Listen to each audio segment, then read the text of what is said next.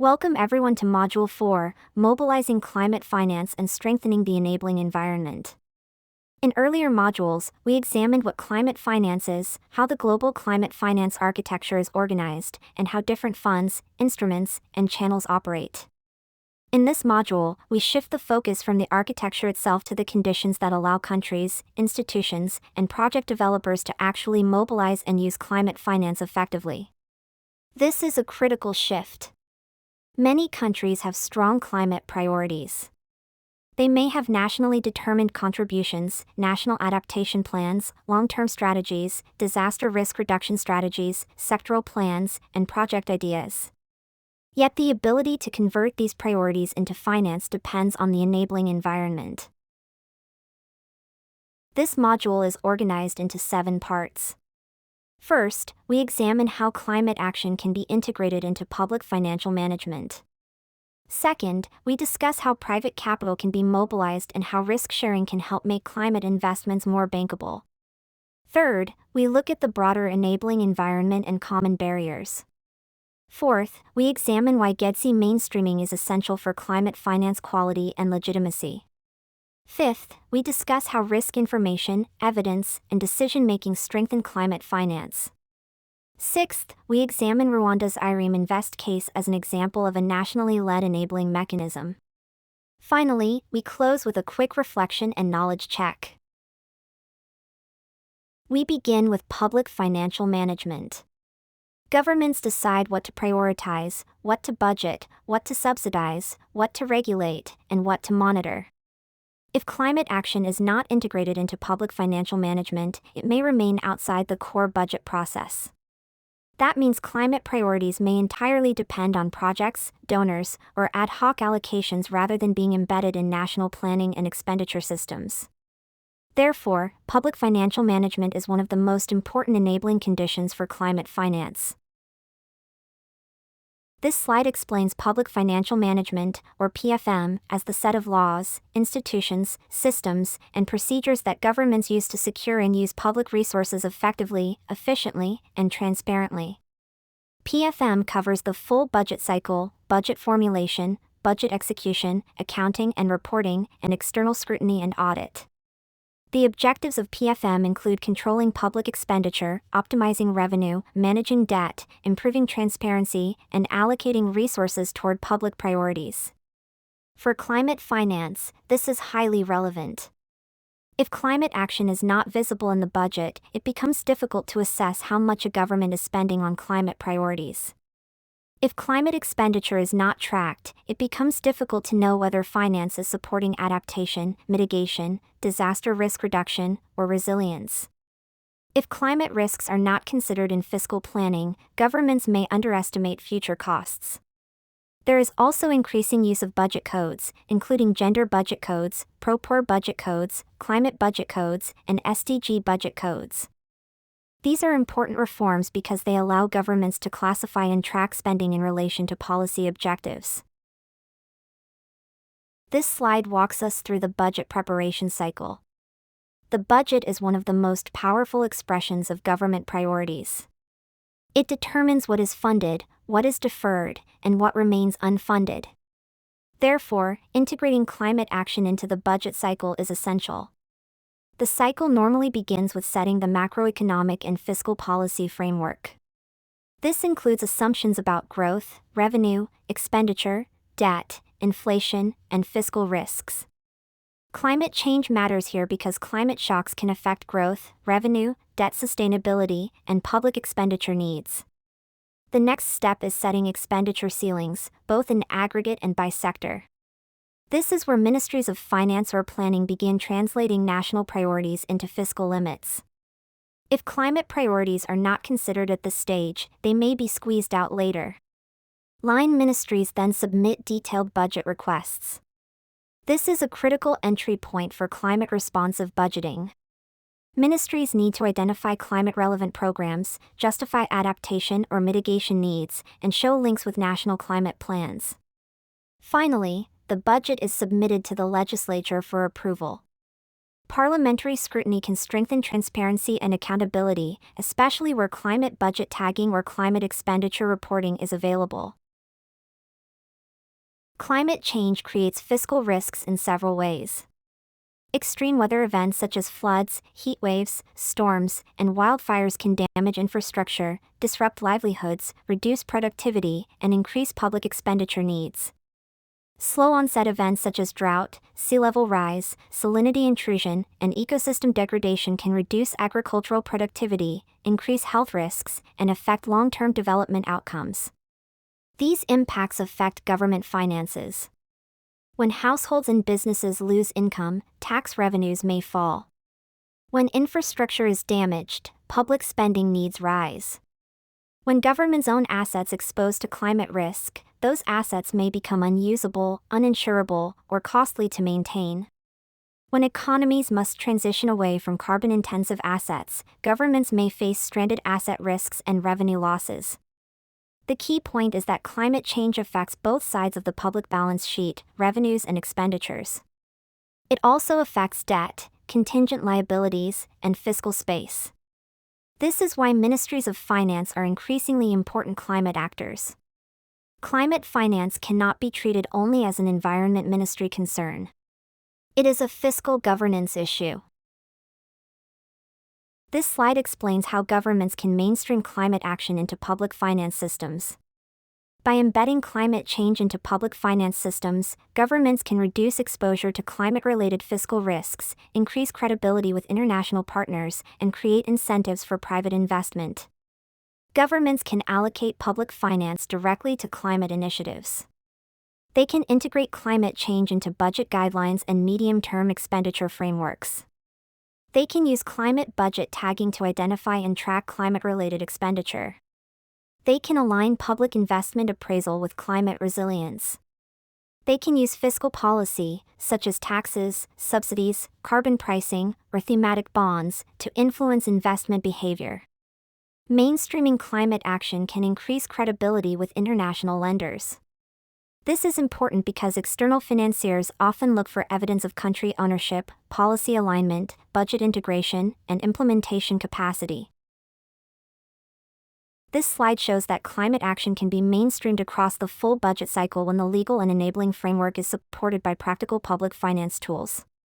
First, at the fiscal framework stage, governments assess the broader macro-fiscal context and climate-related fiscal risks. The first entry point is the climate public expenditure and institutional review, climate change and climate finance provisions need to be reflected in national development plans, help identify how climate change affects policy expenditure, and fiscal reform agendas, debt sustainability, without this policy basis. Climate finance can remain fragmented, budget preparation, project-driven, climate and disconnected from national priorities. Into budget proposals and sector allocations. The second entry point is climate resource instruments such as the climate change financing framework need to understand the cost of implementing their budget allocations (CCBA) and the medium-term expenditure climate-related resource needs, help align identifying financing gaps, medium-term budget planning and sectoral resource allocation fiscal planning. Third, costing is essential because climate commitments cannot be credibly implemented unless they are translated into budget needs. Climate budget tagging entry point is climate helps make climate-relevant expenditures visible during implementation and climate priorities into the medium-term expenditure framework, toward mitigation, climate-relevant priority projects and priorities, applying climate-informed project under accounting and allocating budgets governments need to record and report climate-related spending. Climate finance moves from policy language into actual budget climate expenditure reports help show how much was allocated, is monitoring through climate budget and expenditure tagging supported. Coding and tagging at the climate-related expenditure allow governments to track how much is allocated and spent on climate effectively and whether those resources support adaptation. Tools such as climate budgeting reviews / climate budget audits and climate public audits or climate public accountability systems. Climate budget accountability can strengthen scrutiny by audit institutions, parliaments, and stakeholders. Civil society, media, and other stakeholders can help scrutinize whether climate allocations are spent effectively and transparently. The sixth entry point is integrating gender and poverty into the climate planning cycle. Climate finance should not only be tracked by amount, it should also be assessed by who benefits, who participates, and whether vulnerable groups are reached. This session marks a transition from public finance systems to private capital and risk sharing. Private finance does not flow automatically to climate priorities. It tends to follow clear revenue models, manageable risk, reliable regulation, credible counterparties, and predictable returns. Therefore, mobilizing private capital requires more than asking the private sector to participate. It requires a deliberate enabling environment, strong policies, risk-sharing instruments, investable project pipelines, transparent rules, reliable data, and credible institutions. Can you identify a few important steps for accessing private finance for climate adaptation projects? Well, let us discuss more about it. First, identify the business case. Private actors need to understand why the investment matters for business continuity, cost reduction, risk management, market opportunity, or sustainability commitments. Second, choose the right financial instruments.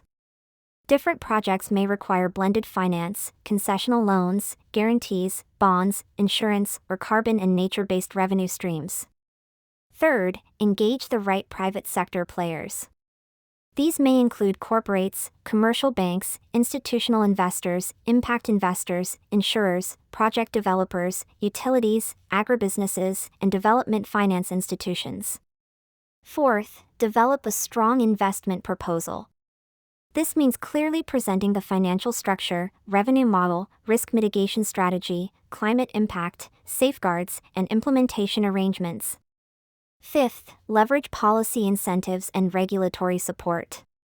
Governments play a major role in creating the conditions for private investment through regulations, standards, tax incentives, public procurement, subsidies, and risk-sharing mechanisms. This slide highlights a central challenge in adaptation finance. Unlike many mitigation projects, adaptation investments often lack clear and immediate financial returns. Their benefits are frequently preventive, long-term, or public in nature, such as avoided losses, reduced disruption, and stronger resilience. Therefore, to attract private investment, adaptation projects must present a credible business case. First, they should demonstrate financial viability. This means showing cost savings, such as lower maintenance costs from climate-smart infrastructure, highlighting risk reduction, such as flood protection lowering insurance exposure, and proposing revenue generation models, such as nature-based tourism, resilient agriculture value chains, or paid climate services. Second, they should align with market interests. Adaptation proposals should target industries already vulnerable to climate risks, including agribusiness, water utilities, infrastructure, insurance, logistics, and tourism. They should also engage companies with ESG commitments and position adaptation as a business continuity strategy that protects supply chains, assets, productivity, and markets. Third, they should showcase co-benefits. Adaptation investments can contribute to the SDGs while also generating health, biodiversity, employment, livelihood, and social resilience benefits. These slides present instruments that can help mobilize private capital. Blended finance combines public and private capital. Public or concessional finance can absorb some risk, improve project viability, or crowd in investors who might otherwise stay away. Green, blue, and resilience bonds can raise capital for climate-resilient infrastructure, water systems, ecosystem restoration, and nature-based solutions, provided that use of proceeds, certification, and reporting are credible. Risk insurance and catastrophe bonds transfer risk to insurers or capital markets and can provide rapid finance after climate-related shocks. These instruments are especially relevant where hazards are measurable and risk models are credible. Carbon finance and nature-based solutions can generate revenue where projects produce verified emissions reductions or removals, including through blue carbon, forest protection, or ecosystem restoration. However, environmental integrity and social safeguards are essential. These slides remind us that the private sector is not one actor. Corporate investors may invest to protect supply chains, meet ESG commitments, or reduce operational climate risk. Impact investors may support business models that generate climate and social benefits. Banks and development finance institutions may provide loans, guarantees, and credit lines. PPPs may help governments and firms co-finance large infrastructure or service delivery projects. Different actors require different engagement strategies. A commercial bank will look for creditworthiness. An impact investor will look for measurable social and climate benefits. A corporation will look for business continuity and reputational alignment. A development finance institution will look for development additionality and risk sharing. These slides bring the private finance discussion together. A strong investment proposal must present a clear financial structure, risk mitigation strategy, performance metrics, regulatory alignment, and private sector role. It should show how the project will generate value, manage risks, deliver climate outcomes, and protect affected groups. This slide highlights the role of government in creating the investment environment. Private finance requires enabling policy. Governments can support adaptation investment through tax incentives, subsidies, standards, public procurement, mandatory resilience assessments, climate disclosure requirements, land use regulations, and national co-financing. Regulation can also reduce uncertainty. Investors are more likely to participate when rules are stable, risks are understood, and institutional responsibilities are clear. Policy alignment is also important. Projects linked to NDCs, NAPs, sector strategies, and national development plans are more likely to attract public and private support because they demonstrate strategic relevance. We now turn to the broader enabling environment and common barriers. An enabling environment is the set of policies, institutions, financial systems, capacities, rules, and accountability arrangements that allow climate finance to flow and be used effectively. Without this enabling environment, countries may have climate priorities but limited access. Projects may be technically strong but not bankable. Finance may be approved but poorly implemented. Funds may be mobilized but not reach vulnerable groups. Can you guess of design elements for developing an enabling environment for climate finance mobilization? There are 6 design elements. First, define the objectives. A country must be clear about whether the fund will support mitigation, adaptation, resilience, technology, capacity building, private sector mobilization, or other priorities. Second, identify capitalization. This means deciding where the resources will come from: national budgets, international climate funds, bilateral partners, carbon pricing revenues, private finance, or other sources. Third, establish effective governance. Clear governance structures, decision-making rules, and oversight mechanisms are essential for credibility. Fourth, ensure sound fiduciary management. Funds must be managed transparently, with strong financial controls, risk management, and reporting. Fifth, support efficient implementation arrangements. The fund must have clear procedures for selecting, financing, and monitoring projects. Sixth, facilitate monitoring, reporting, and verification. MRV allows the fund to demonstrate results, learn from implementation, and maintain trust. This slide presents common barriers that prevent countries and institutions from accessing and using climate finance effectively. Governance and institutional barriers include fragmented coordination, lengthy approval processes, and weak implementation of climate policies. Financial and economic barriers include limited domestic resources, high perceived risk, and debt constraints. These are especially important in countries where fiscal space is limited and climate needs are growing. Capacity and technical barriers include limited expertise to develop bankable projects, weak climate finance tracking, and insufficient climate risk data. Social and inclusion barriers include exclusion of local actors, gender disparities, corruption, and weak accountability. We now move to GEDC mainstreaming, gender equality, disability, and social inclusion. Climate impacts are unequal. People experience climate risk differently depending on gender, age, disability, income, location, ethnicity, livelihood, legal status, and access to power and resources. Therefore, climate finance that ignores inequality may reproduce or deepen vulnerability. Why do you think GEDC matters for climate finance? Well, hazards are unequal. Vulnerability is unequal. Access to finance is unequal. Therefore, climate finance design must be inclusive. A project can be climate smart and still be socially blind. For example, a flood protection project may reduce physical risk but exclude informal settlers from benefits. A climate-smart agriculture program may reach farmers with land titles but miss women farmers without secure land rights. A digital early warning system may help connected households but exclude persons with disabilities, older persons, or communities without reliable access to technology. GEDC mainstreaming helps close this gap. It improves participation, benefit sharing, safeguards, accountability, and durability of outcomes. Inclusion improves project quality. Climate finance is more effective when it understands who is exposed, who can access support, who controls resources, who participates in decisions, and who benefits. GEDC must enter across the full finance cycle. At the pipeline stage, we ask, who frames the problem and whose risks are visible? For example, were the indigenous groups, lower caste people able to state their problems? At the design stage, we ask whether barriers, accessibility needs, benefit sharing rules, and participation arrangements are built into the proposal. For example, special consultations with indigenous people and women. At appraisal, screening criteria should examine equity, safeguards, stakeholder engagement, and distributional impacts.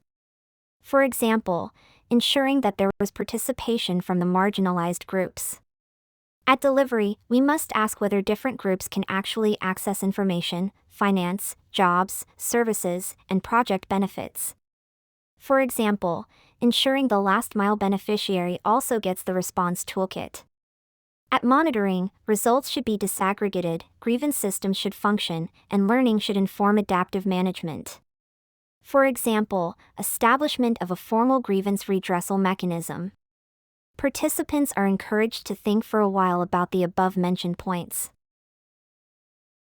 Common blind spots include consulting only formal elites, using eligibility rules that favor better connected actors, holding meetings in inaccessible venues, counting benefits only in aggregate, omitting budgets for inclusion, and designing grievance systems that are difficult or unsafe to use.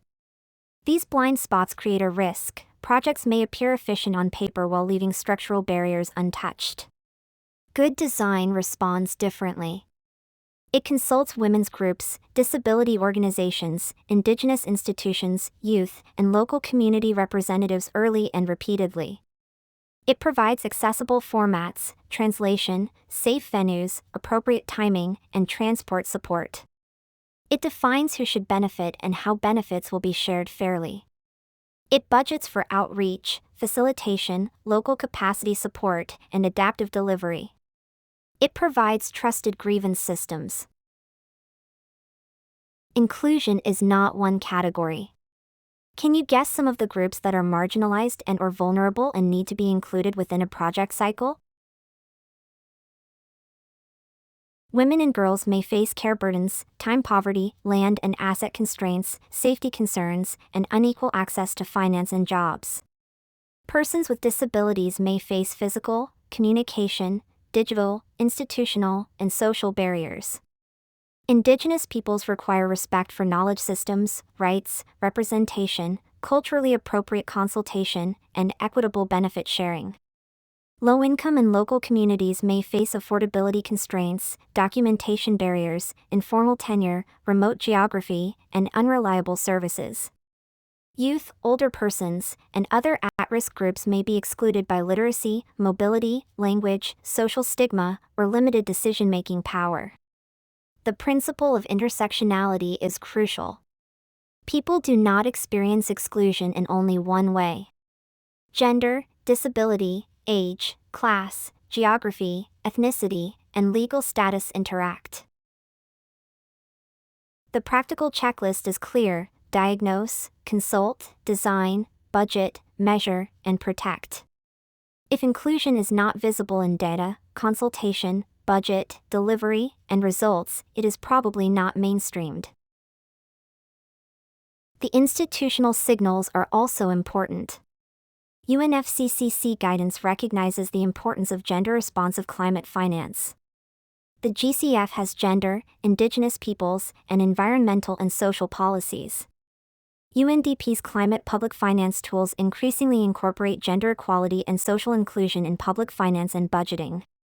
GEDC is increasingly part of credible project quality. It is not only a safeguard requirement. It is part of good climate finance design, sound implementation, and accountable results. We now turn to risk information, evidence, and decision-making. Climate finance must be informed by evidence, but evidence must also be useful for decisions. The objective is not simply to generate more data. The objective is to improve the quality of choices. This slide presents 3 reasons why risk information matters. First, it improves targeting. Risk information helps identify where hazards, exposure, vulnerability, and adaptive capacity gaps overlap. Second, it improves prioritization. Evidence helps compare options across sectors, geographies, and time horizons. Third, it improves ownership. Transparent, accessible, locally grounded risk information can strengthen credibility, cross-agency buy-in, and accountability. One should not confuse more data with better decisions. More information does not automatically produce better judgment. Decision quality improves when evidence is timely, disaggregated, relevant to the decision, and connected to institutions that can act on it. This is critical for early action financing. Forecasts, triggers, vulnerability data, and delivery systems must be credible and actionable. If information is too generic, too late, or not trusted, finance may not be released when it is most needed. This slide explains how information becomes decision-making. The process begins with data inputs, observed climate and hazard data, loss records, socioeconomic baselines, exposure data, and local knowledge.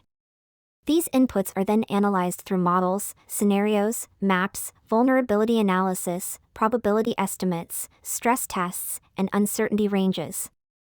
But analysis alone is not enough. Evidence must be interpreted. Decision-makers need to understand who is exposed, which systems may fail, how severe losses could be, and which options remain robust under uncertainty. Then comes the decision use. Risk information may be used differently for project screening, design, pipeline selection, budgeting, early action, or performance monitoring. Finally, there must be a learning loop. Outcomes should be tracked, surprises reviewed, assumptions updated, and future decisions improved. Evidence should influence how risks are framed, how options are compared, how finance is targeted, and how learning is fed back into future design. We now turn to the case study. Rwanda's IREM Invest provides a useful example of how a country can create an enabling mechanism for mobilizing climate finance, particularly private capital, through a nationally led blended finance facility. This slide explains why the Rwanda case matters. Rwanda established IREM Invest as a national blended finance facility to mobilize private investment for low-carbon and climate-resilient projects. It responds directly to national policy priorities, including Rwanda's updated NDC, National Strategy for Transformation, Green Growth and Climate Resilience Strategy, and Vision 2050. The facility addresses a common market failure: many green projects are promising, but not yet bankable. They may need feasibility studies, business planning, technical support, concessional finance, or risk-sharing before private investors can participate. $104 million in initial seed capital was announced at COP27, an estimated overall financing requirement of $335 million, and a target leverage ratio of 1:3 to 1:4 between public and private finance by 2027 are also worth noting. The facility has 2 main windows. The Project Preparation Facility, managed by FONRWA, provides grants, reimbursable grants, and equity for project preparation. It helps move projects from early concept to bankability. The Credit Facility, managed by the Development Bank of Rwanda, provides concessional loans and guarantees to green projects and participating financial institutions. The priority sectors include renewable energy, climate-smart agriculture, energy-efficient buildings and green cities, clean transport, circular economy, and wetlands restoration. IREAM Invest is an enabling mechanism that connects policy ambition, project preparation, concessional finance, private sector mobilization, and implementation capacity. This slide explains the administrative structure and delivery flow. At the top is the Government of Rwanda's policy and oversight environment. The Ministry of Environment provides policy oversight, while MINI-COFIN supports public financial management oversight and climate finance mainstreaming. The IREAM Invest Steering Committee provides cross-cutting coordination and oversight. Below this, two institutions perform complementary functions. FONRWA manages the project preparation facility. It supports outreach, calls for proposals, incubation, acceleration, screening, due diligence, and project preparation support. It helps projects become investment ready. The Development Bank of Rwanda manages the credit facility. It supports pipeline development, credit and risk analysis, loans, on-lending, guarantees, and portfolio management. The structure is important because it separates but connects project preparation and financing. FONRWA helps create bankable projects, BRD helps finance them. The shared outcome is a stronger pipeline of bankable green projects and increased private investment in Rwanda's priority green sectors. Institutional design matters.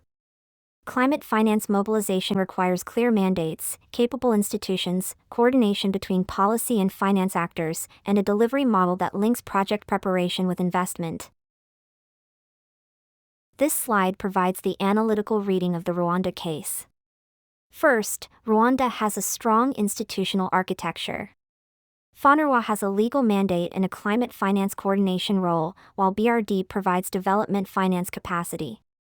Together, they connect policy, preparation, and finance. Second, the financial architecture is blended. IREAM Invest combines grants, reimbursable grants, equity, concessional loans, and guarantees. This is important because different projects require different forms of support at different stages of maturity. Third, the facility is aligned with national policy. It is anchored in Rwanda's NDC, National Transformation Strategy, Green Growth Strategy, and Vision 2050. This gives development partners and investors confidence that the facility supports national priorities. Fourth, the facility includes inclusion and safeguards. The operations manual prioritizes gender-sensitive interventions and targets at least 30% of the portfolio toward women-led or women-benefiting businesses, alongside environmental and social safeguards. The key message is that Rwanda's enabling environment stands out because institutions, instruments, incentives, and implementation capacity are aligned. This is what allows climate finance to move from ambition to bankable investments and measurable outcomes. First, mobilizing climate finance is not only about identifying available funds. It is about building the enabling environment that allows finance to be planned, accessed, absorbed, implemented, monitored, and sustained. Second, public financial management is central to climate finance. Climate priorities need to be reflected in fiscal frameworks, budget preparation, budget execution, expenditure tracking, reporting, audit, and accountability systems. Third, ministries of finance are key climate actors because climate change affects revenues, expenditures, public assets, debt, contingent liabilities, and fiscal space. Fourth, private capital can support climate action, but it does not flow automatically.